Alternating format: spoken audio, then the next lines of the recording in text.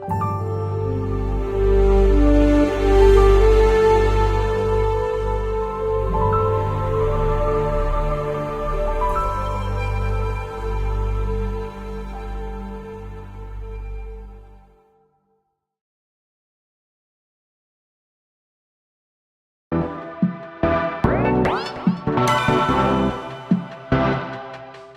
might think that getting into the IT field is impossible without a computer science degree, but Tech Coach Ralph is here to prove you wrong.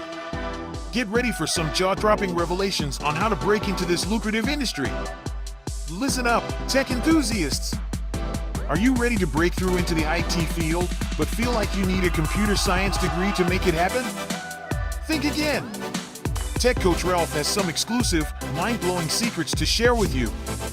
Get ready to be blown away by his jaw-dropping revelations on how to break into the tech industry without a computer science degree. So get your notepad ready, because Tech Coach Ralph is going to change your life forever. Buckle up, because you're about to embark on a journey to success in the IT field.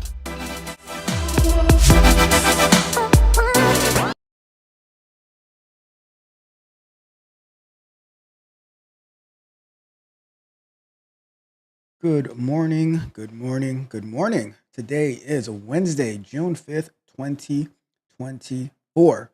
We are already rushing through the month of June. It's like it just started last week. Wait, it did just get started last week, or started on Saturday. So we are back at it again. If you do not know who I am your host of the show and of the channel. I am Tech Coach Ralph, where we are engineered to win.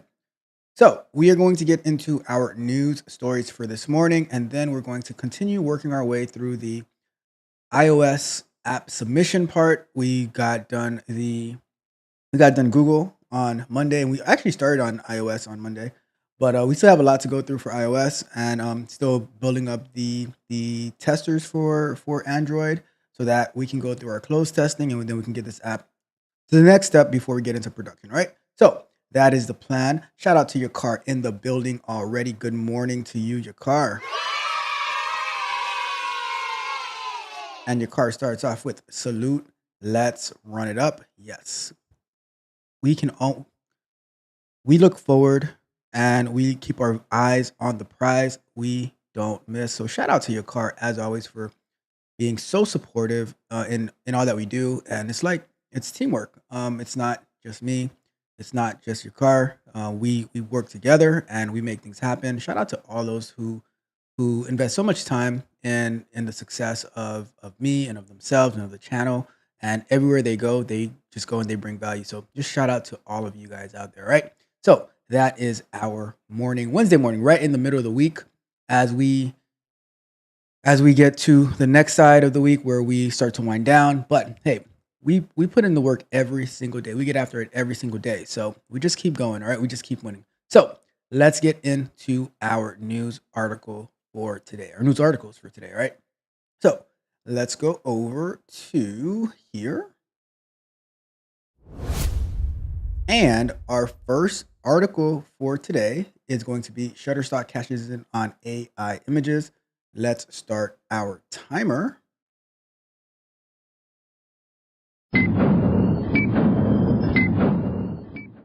All right, so I'm gonna make it a little bigger. Let me see. All right, cool. There we go. So Shutterstock cashes in on AI images. So for those who don't know, Shutterstock is a stock photography website where you can purchase, or you can probably get a subscription and you can have access to download stock photography. But it says they cash in on AI images. Shutterstock has long been known for its deep library of images and videos that it licenses to content creators. While the business has slowed in recent years, Bloomberg reports that Shutterstock has a new tactic to reignite growth, licensing its trove of images to train AI models. I wasn't expecting that. But they're going to they're going to license their images so that the AI models can create better images. I hope they figure out the how to handle the hands, right? Because if you've seen some of the hands on these stock images or on these AI generated images, they are crazy. Like I generated one yesterday and I was like, what in the world happened to his hand?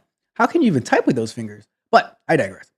Shutterstock, which has 771 million images and 54 million videos, has announced a deal with startup Rika AI. I haven't heard of Rika AI before. Last year, Shutterstock entered into a 6-year partnership with OpenAI. See, we know OpenAI. I haven't heard of, you know what? Let me add that to my any-do list. Look up Rika AI. See, my any-do list keeps growing and growing and growing like there is no tomorrow. Let me go here as well.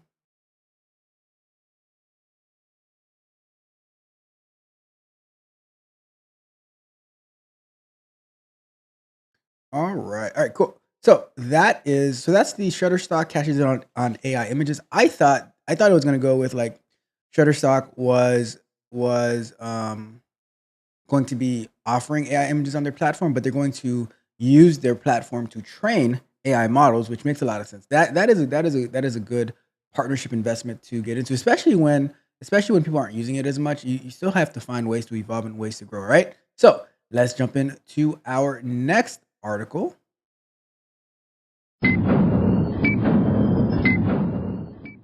That's got to be Miami. Oh yeah, that's definitely Miami. I can see A1A Collins Ave A1A right here. Yep. So, the YOLO economy is waning.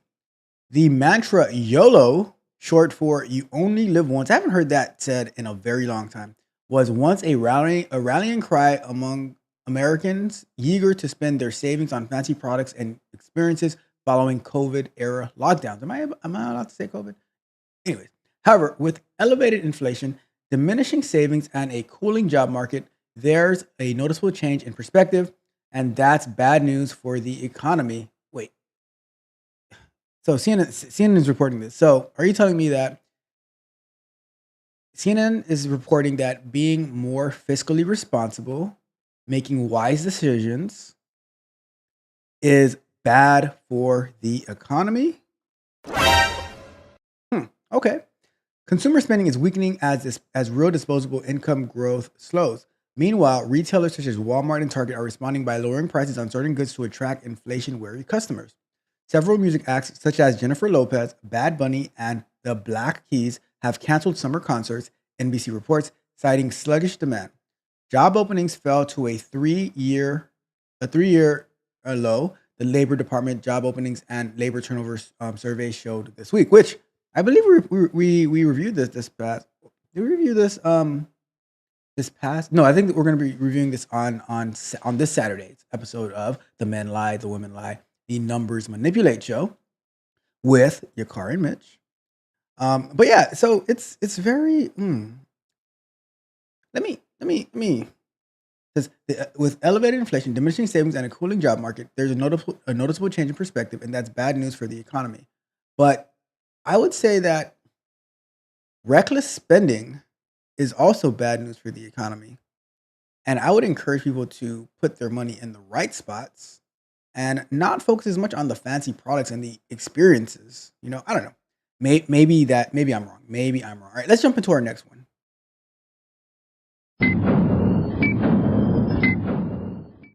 Toyota Honda in testing scandal. 5 prominent Japanese automakers, Toyota, Honda, Mazda, Yamaha, and Suzuki, are accused of conducting or submitting falsified testing data, Reuters reports. Toyota and Honda say it ain't so. Say it ain't so. A total of 38 models, including 6 currently available, are implicated. Yet, reports Bloomberg, no cars have been recalled and no operational safety warnings have been issued. Japan's transport ministry launched an on-site investigation at Toyota's headquarters in Tokyo Tuesday. Toyota has suspended domestic shipments and sales, and its Corolla Fielder, Corolla Axio, and Yaris Cross models after authorities flagged the faulty data submission during pedestrian safety tests. Say it ain't so, Toyota and Honda. What's going on? But I wonder though. I don't. So it's it's hard for me to believe that one like 5 separate companies all decided to submit faulty testing data or conducting faulty test or conducting falsified testing, right? What I would wonder is if there is like a third party supplier where they all get their parts from, who in turn did the faulty testing or submitted the falsified testing data, and now these companies use that company's product, and now they're the ones being accused of falsifying data based on what a third party company would have done. So that's my suspicion. That's what I'm wondering, but I could be wrong. But it's just hard to believe, like, if these are, like, unless they're all owned by the same company. But if it says five prominent Japanese automakers, it sounds like they're separate companies, and they might be using the same manufacturer, the same third party provider, and that company might have falsified because at the end of the day, the buck stops with the owner, so with the manufacturer. So it's interesting. It is interesting. All right. So let's keep going to we have two more to go. Right. So let's go.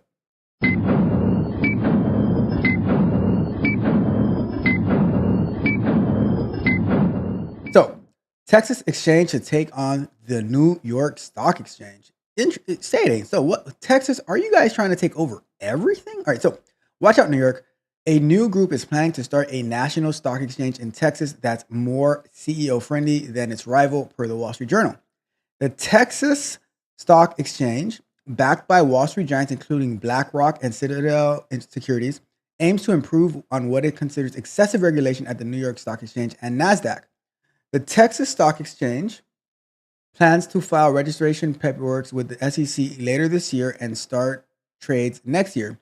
The group, headquartered in Dallas, has raised about $120 million of capital, Chief Executive Officer James Lee wrote on LinkedIn.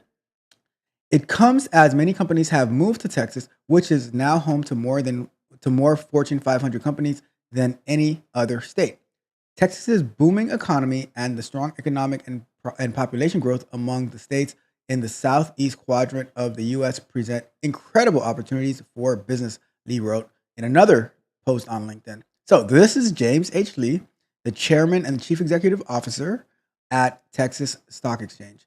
And so let's just read that real quick, right? It says, proud to be leading the Texas Stock Exchange Group, a new venture established to launch the Texas Stock Exchange with headquarters in Dallas.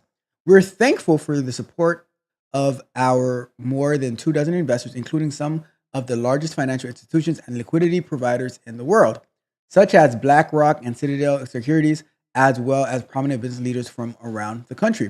With approximately $120 million of capital raised, the Texas Stock Exchange is expected to be the most well-capitalized exchange entrant to file a registration with the U.S. Securities and Exchange Commission. It was great to speak with Corey DeBouche. I know I'm saying that wrong. I apologize. Of the Wall Street Journal about our plan. All right, I'm not going to go into the third article about it, but so Texas is doing it big. They are going to be launching their own Texas Stock Exchange to take on the New York Stock Exchange. So watch out, New York. Watch out, New York. Right. Lastly, we have this one. Citi expands parental leave benefit. So a little bit of good news. Citi is leaving up its parental leave program, keeping abreast of all Wall Street banks in competition for talent. The fifth biggest investment bank will offer 16 weeks of paid leave for both parents, with an extra 8 for mothers. Parents can include those who adopt or have had children through surrogacy. Paid leave will also extend to those caring for family members unable to take care of themselves, up to 2 weeks per year. Similar programs are on offer at other investment banks, with Goldman Sachs leading on a 20-week parental leave benefit. So that's interesting. 16 weeks. So 16 weeks is about 4 months. Yeah, 16 weeks is about 4 months. So they're offering 4 months of paid leave for both parents. Usually it'll be for the mother, but for the primary caregiver. But usually that's the mother. So the maternal leave will be about 3 to 4 months. Some companies, they go as far as like 6 months. Goldman Sachs says they're going for about 5 months. And then there's an extra 8 for mother. So at Citi it's going to be about 24 weeks. So it's about 6 months for the mothers and 4 months for both parents. So for the father, for the most part, is going to be for 4 months, right? Um, all right. So that's pretty interesting. And this is the thing about that, because I know like a lot of people saying, oh, the government should force companies to do some type of parental benefit and stuff like that. But at the end of the day, it becomes to like who can afford it, and like what company can afford it, and how are they trying to attract talent. So this says it right here. This says it right here. Where did it say? It says, uh, let's see. Yeah, so it says in the first sentence. So, Citi is leveling up its parental leave program, keeping abreast of other Wall Street banks in the competition for the talent. So, through competition, you're going to get better benefits. I mean, simple as that. I mean, that's how I see it. Because when you try to force it, then there's going to be a lot of companies who can't compete because they just can't afford it yet. So, I don't know. That's what I'm saying. All right, that is our news stories for today. Let's get back to our full screen. And we got your car up bright and early in the morning saying everything is bigger in Texas. Oh, wrong one. Oh, there you go. There you go. There you go. I got you, your car. Everything is bigger in Texas. Oh my goodness. Shout out to Texas. Shout out to Texas as always, especially Dallas. Dallas is, I don't know if it's your car's first home or second home or 100th home. I don't know. But your car has big grounds in Dallas as well. So, your car, are you going to join the Texas Stock Exchange? Are you joining the Texas Stock Exchange? Anyways, let's continue with our show. So the next step is we're going to get into our Apple Connect. I'm going to throw up a 20-minute timer on the screen as we get to work. All right. So, like I said, we are taking on the iOS portion of submitting our app. Let's see what we got going on. And if you haven't done so yet, do me a big favor. Go ahead and like the video, share the video, subscribe to the channel, hit the notification bell so you can know every single time that we go live or drop new content. And if you're in need of one-on-one coaching, go over to www.techcoachralph.dev where you can see what I have to offer. Whether you need exclusive content or you need to sign up for a coaching plan, we can make it happen. Just hit me up and we will get to work. All right. So with that being said, let's continue. All right. So we are in the iOS App Store. Let's see what else that we have to do. So let's go here. We have our privacy already. So I think that's where we got last week. So let's go, or on Monday, the data collection. So thanks for helping users understand your app's privacy practices. Remember, you're responsible for any third-party code that's added to your app. So if your app party partners collects data from your app, you must represent that in your responses. Collect refers to transmitting data off the device in ways that allow you or your third-party partner to access it for a period longer than necessary to service the transmitted request in time. Third-party partners include analytics tools, advertising networks, third-party SDKs, or other external vendors whose code you have added to the app. All right, so I'm going to say yes because we do have ads on there. Not sure what they collect, but I would say it's safer to go with yes than not to go with yes. All right. So let's see. So this is probably going to be very, very similar to when we did it for Google. So data collection. Next, select all of the data that you or your app third-party partners collect from this app. If your app is currently available in the App Store, make sure your responses reflect the data collected only from that app version. So optional disclosures, data types that meet all the following criteria are optional to disclose. All right, let's see. If a data type, let's read this. The data is not used for tracking purposes, meaning the data is not linked with other third-party data about the user or device, or for advertising or advertising measurement, or shared with a data broker. For more details, see this. The data is not used for third-party advertising, your advertising or marketing purposes, or for other purposes as those defined in the app privacy details on the App Store. Collection of data occurs only in infrequent cases that are not part of the app's primary functionality and which are optional for users. As part of your interface in the app where the user provides data to be collected, such as must be transparent to the user at the time of collection. The user's name, account name must be prominently displayed in the submission form along the other data elements being submitted, and the user must affirmatively choose each time they provide data for collection. So I don't have none of that from my understanding. All right, so let's see. All right, let's go. Let's go. If the data collected by your app meets some, but not all, of the above criteria, it must be disclosed in the privacy section. All right. So we're not collecting none of this, none of this, none of this, none of this, none of that. No, nope, not collecting that either. User, nope, nope, nope, nope. User identifiers such as screen names, nope. Device ID such as device advertising identifier. I don't think we're collecting that either. No, that's not being collected. Um, Purchases, such as information about advertisement. No, I don't think so either. We got Mitch in the building. Mitch hits us up with a yo, and in return to Mitch's yo, I hit him with a hey. What's going on, Mitch? Good morning to you. Good morning, Mitch. Good morning. All right, so, mm, uh, I don't. I'm not collecting none of this stuff.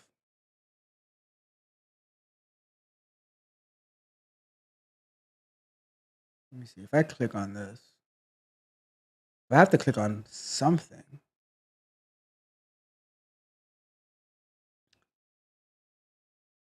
But I don't. Maybe I'm not. I don't know. Let's do a quick search right quick.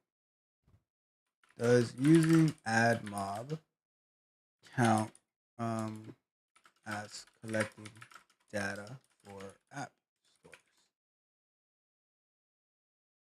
Let's see. So that's a good one. What does AdMob collect for iOS? This was 3 years ago. I already know the answer to this, but I'm asking because it took me a few hours to find it and wanted to make it easier. As of December 8th, 2020, Apple has made it mandatory for developers to release what data is being collected.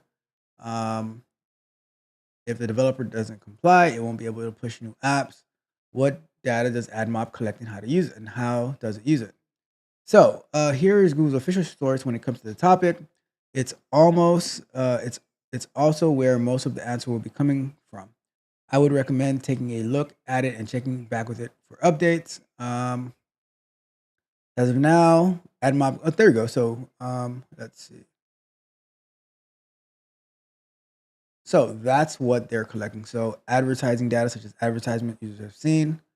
Oh, perfect. So there goes our answer.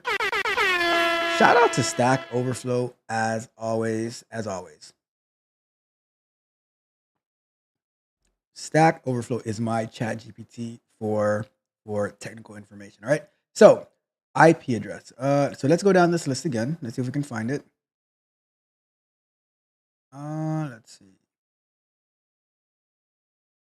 Let's see. I'm gonna do it like this. I'm going to pop this out over here. And I'm going to put them side by side so I can see.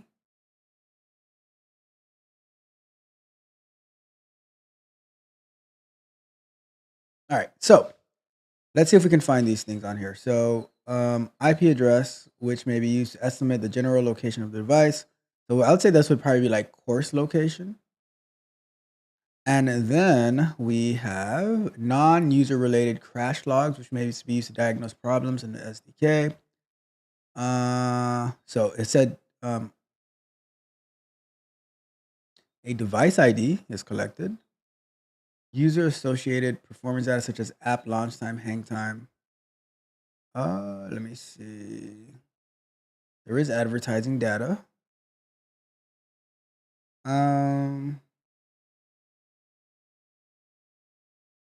Let's see. Other usage data, any other data about user activity in the app. Let's go with that one. So it says we are also collecting user associated launch time. So we got that one. Energy usage. Okay, so that's that one for performance data. Let's see. Performance data may also be used for displaying ads. Okay, so that's performance data. Wonder if I probably missed that on Google, but whatever. Let's see. Such as app launches, taps, clicks, scrolling information. So product interaction. So we got this one, we got this one, we got this one, we got this one. Non-related crash logs. All right. So crash data, crash logs, okay. IP address. I think that's everything. I think that's everything based on this list at least.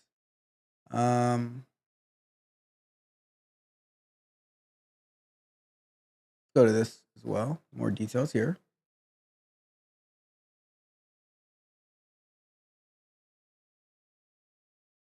Okay.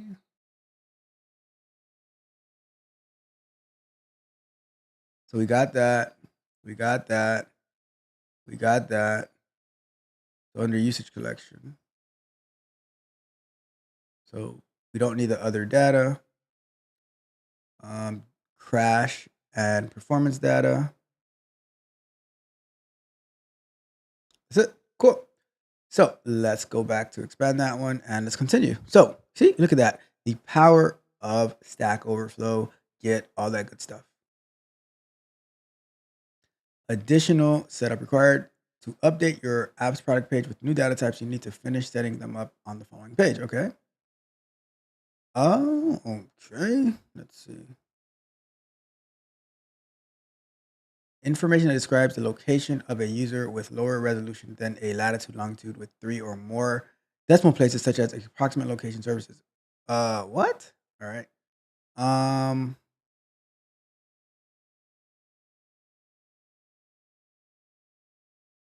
Indicate how coarse location data collected from this app is being used by you or your third-party partners. Wasn't expecting that one. Let's see if we can go back to this page.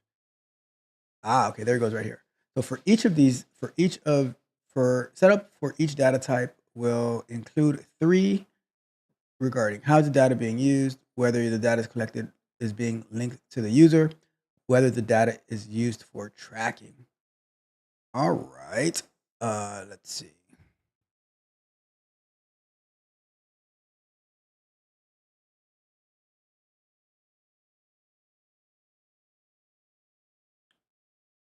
Let's read this. So data types not included above may be left unchecked, provided you are not collecting them for yourself or through a different third party. Upon completion of the survey, the app privacy page will show you a summary of the data types you indicated are collected, along with the setup with an option to set up each data type, in which you will be required to further specify if the data is being used to identify or track users. All right, so cool.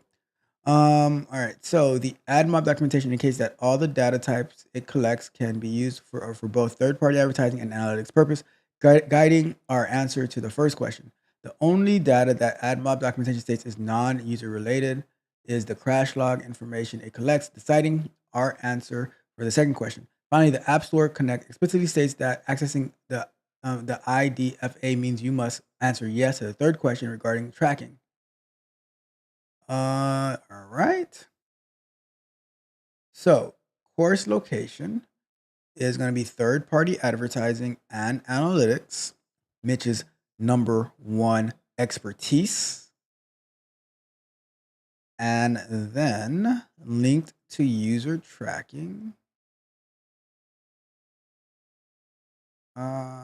Next, linked to user tracking. Yes. And next, tracking is what? Wait, what? Where's my yes? Next. Next, and yes. Save. So we got that one. And next up, we have the identifiers, device ID. So we're going to also say for this one, it's going to be third-party advertising, analytics. And we're going to go to next. And then we're going to say yes for the device ID. And wait, what? Back one. Device ID. Our device IDs collected from this app linked to the user identity. Yes, so yes, it's linked to the user identity.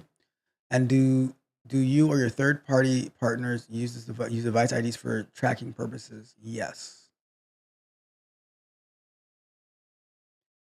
All right. Next up, product interaction. We have third party tracking and analytics again, linked to like imagine if I didn't have this little guide right here. So wow, I would have been stuck like Chuck. All right, we're gonna go with yes for that. And we would go with yes for that. Save. Next up, advertising data, third party, analytics, and next we're gonna say yes and yes. And next up, crash data, gonna be third party and advertising or analytics. Keep saying advertising. The third party advertising and analytics. Next, we're gonna say crash data. The user identity is not linked. And then tracking is yes. And lastly, performance data is going to be third party advertising and analytics. And we're going to say, is the performance data collected from the app linked to user identity? Yes. And yes. Save that. And we are done with this page. So, preview. So now all information you have entered, provided. So all the information you have provided to the user will be surfaced on the product information page in the App Store, similar to the following. All right. The user will be able to see more fine-grained information, such as the fact that diagnostics about performance may be linked to the user, but the diagnostics related to crash logs are not linked to the user by clicking more details. All right, so I think that's it for this part. So now, all right, let's keep going. Let's click publish. Publish your app privacy responses. Let's publish that. And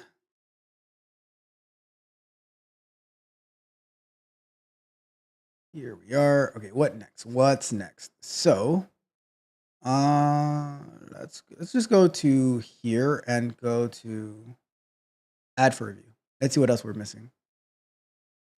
So you must so unable to add for review, the items below are required to start the review process. You must specify the level of frequency for each app content description in the age rating section. What? You must choose the build. You must complete the contact information. You must set up the content rights information in app information. All right. So under digital, you must provide and verify information regarding your account. And then you must have one or more. You must have keywords. So is there keywords on this page? Let's do keywords. Let's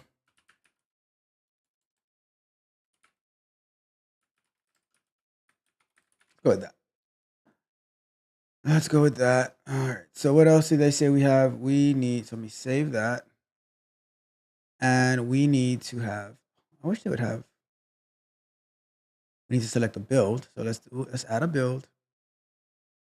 Didn't I have a build 9 on this? Add build. Where's my 9? Something's not right. Hold on a second. Thought I had a 9.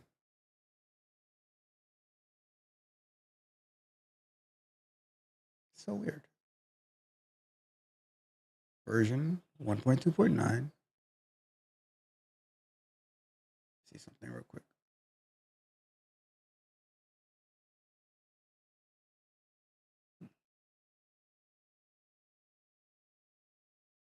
That's weird. Upload your build using upload your build using one of the several tools. But I wonder why. I have to double check that part. But I should have a build for 9 though. X flight or test flight. I thought I had a. Did I never upload it? All right, hold on one second. What is that? Uh,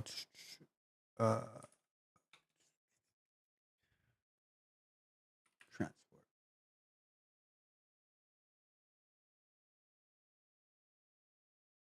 Oh, okay. Well, that's good that we got to this part because I just realized that we need to do a build for the iOS for 1.2.1. But why do I have? See, that's weird though because I have. If I go here, I have 1.2.9. So I mean, okay, I got it. I have to upload 1.2.9. I thought I did, but I didn't. So that is a good catch. Woo, that would have been a major disaster.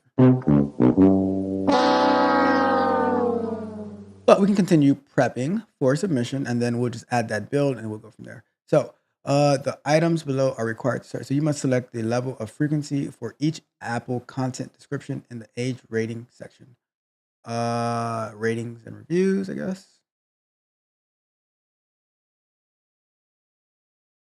Or not. Or app review, maybe? I don't know. Let me see.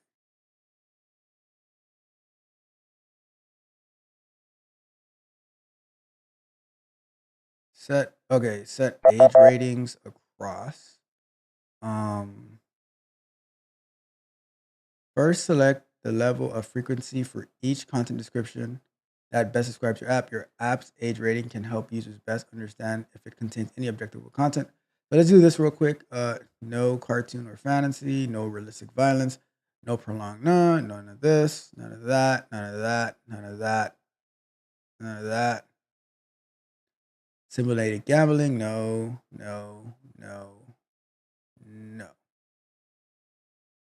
Does your app contain unrestricted web access, such as an embedded web browser? No. Does your app contain instances of gambling? No. Your age rating result. Your app age rating is displayed below 4. So 4 years and up.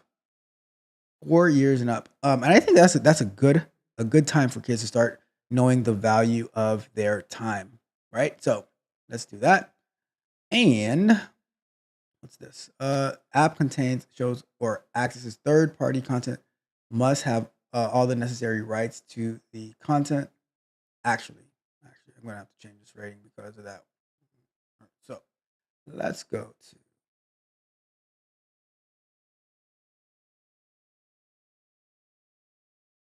Let's go to.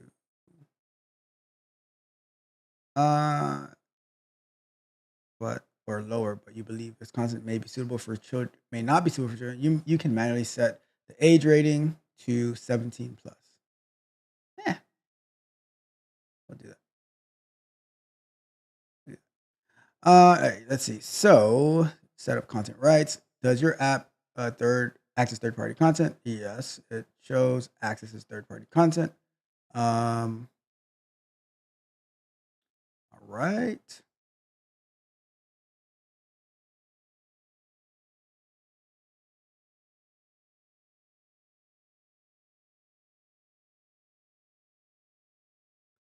All right. So I'm gonna save that, and we will wrap it up here for today. I have to update. I have to upload the 1.2.9. I'll do that after. But let's finish up for today. Let's go to the chat and see what is Mitch and your card talking about. Let's see. Mitch says, I'm on a new team, so people ask for these reports with no clear requirements. So the team gets aggravated because he says this is not what he wants. So I say, do you guys ever ask for clear requirements? Ooh, Mitch is in fight mode today. Mitch is in fight mode today. Says, of course not. They do these big reports when he might just need to see 3 or 4 things. Superman saves the day again.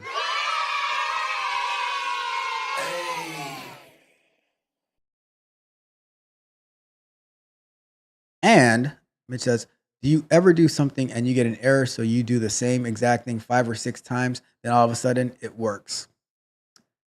That happens sometimes. Not often, but it does happen sometimes. But usually, I don't think it's like 5 or 6. It might be on the second or third time, but if it doesn't work after 5 or 6 times, there are issues because of timing. And but there can be so many different variables and factors to it. So it's all about trying to find the root cause. One thing that we do a lot in testing and QA is finding the root cause of an issue and then being able to explain that and fixing that. So definitely understand what you're saying there. All right, we're gonna wrap it up for today. Thank you guys so much for tuning in. I really appreciate you guys. We had a great show last night, a great Q&A. If you haven't seen it, I highly recommend you go check it out. We have coming out at noon today a tribute to all my data people like Mitch, like Mr. Lott, like McColl's Wellness in Motion. We're going to be talking about data engineering, data analytics, data science, all that good stuff. Just about data. Data is awesome, all right? So tune in for that at noon, and then tomorrow we'll be back live. Tomorrow night we're going to be going over Swagger documentation again, but this time we're going to be trying to auto-generate it as opposed to manually generating it, all right? So tune in for that, and we will have a lot of fun. And then Saturday, of course, we're going to be doing our numbers show. No restrictions. I'm not going to be rushing at 1.5x. We're going to be we're going to slow cook it. We're going to smoke it, right? We're going to smoke it and we're going to go through all the data that we have to go through, and we're going to have a lot of fun, all of that good stuff. All right. So with that being said, I'm going to get out of here. Thank you guys so much for tuning in. You guys have a wonderful Wednesday, a wonderful middle of your week, and we'll continue to run it up. But on that note, I'm going to get out of here. Thank you guys. You guys have a wonderful day. Later, Mitch. Later, your car. Later, everybody else.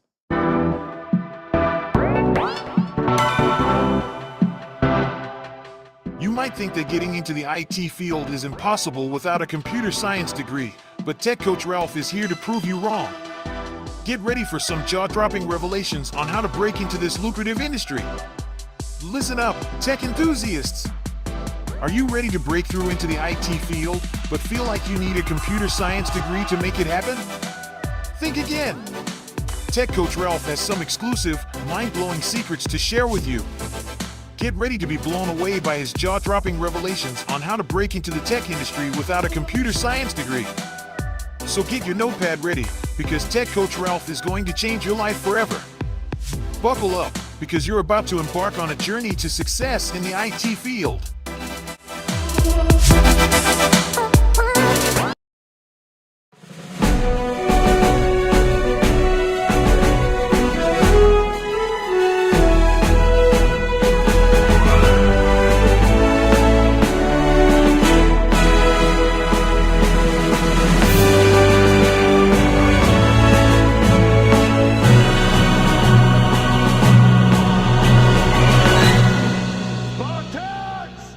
What is your profession?